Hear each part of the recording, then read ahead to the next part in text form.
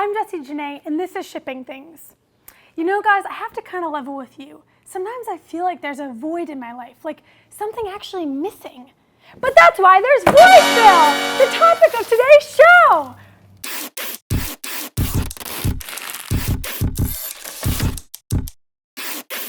Void fill is any of the cushioning around your product that helps pad it and protect it in transit.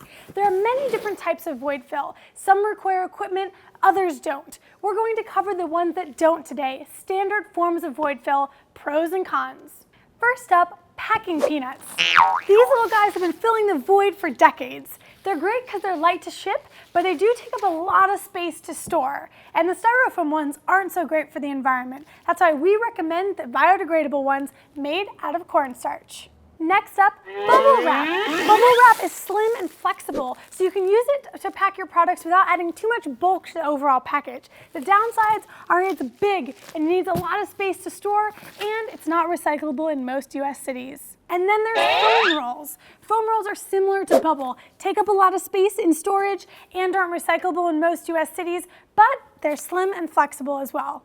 Now let's talk about paper.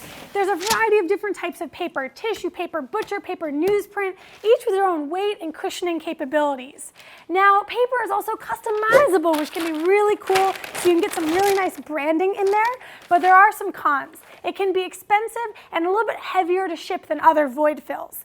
Now, to get the full void fill potential out of your paper, you're going to want to make it crumpled. There's machines that can do that, but you can also buy dispensers that are just simple boxes so it comes out crumpled. Now let's talk about the glitter of the void fill industry, crinkle paper. Crinkle paper is tons of fun and comes in a lot of colors. The downside is it can be really expensive for what it is, which is essentially fancily shredded paper. There you have it, folks. Here are the most common forms of void fill commercially available. But keep your minds open. There are alternative void fills on the market, like this crazy shredded wood product that goes by the name Excelsior.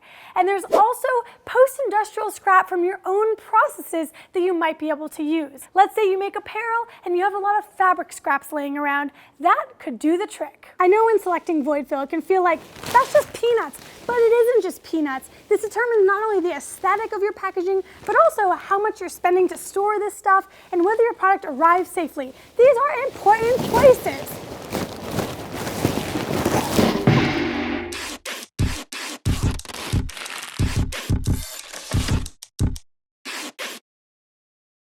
Guys, I need help. It's really hard to get up.